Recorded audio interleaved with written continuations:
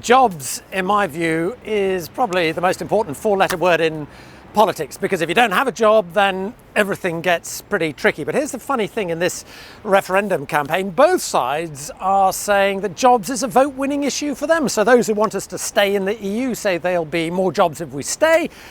And those who want us to leave say, no, there'll be more jobs if we leave. What's the truth? Well, let's start off with the facts about unemployment in the European Union. Well, take a look at this. In Spain, unemployment is, 20%? In Greece, it's even worse, 24%. So imagine that nearly every fourth person you meet in the street is out of work.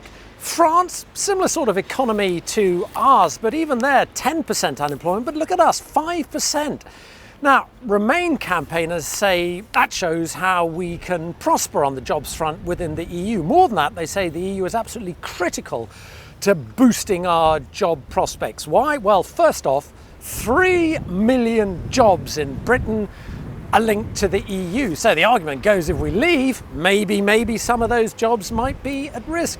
Secondly, workers' rights. Lots of the sort of jobs we have, the sort of conditions we enjoy are better because we're part of the EU, because it guarantees things like holiday pay and sick pay. And lastly, foreign investment. The argument goes, big companies like BMW or Nissan, why do they come to Blighty? They come to Blighty because we're part of the EU. So the Remain side say if we left the EU and we're no longer part of the single market, that would have a devastating effect on jobs. Have a listen to Labour's Yvette Cooper. The Leave campaign have now said that this means being outside the single market. Well, that means a risk of tariffs. It means that as services would not be included. And that is a real threat to jobs, to investment and to trade.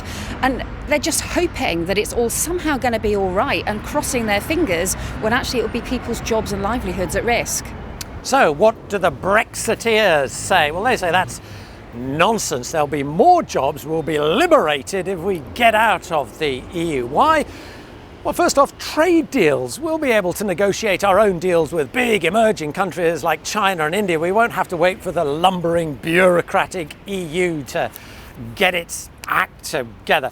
Secondly, immigration curbs. We can control who's coming in to do jobs in Britain, so we can make sure our plastering and plumbing jobs aren't hoovered up by other folk. Lastly, red tape.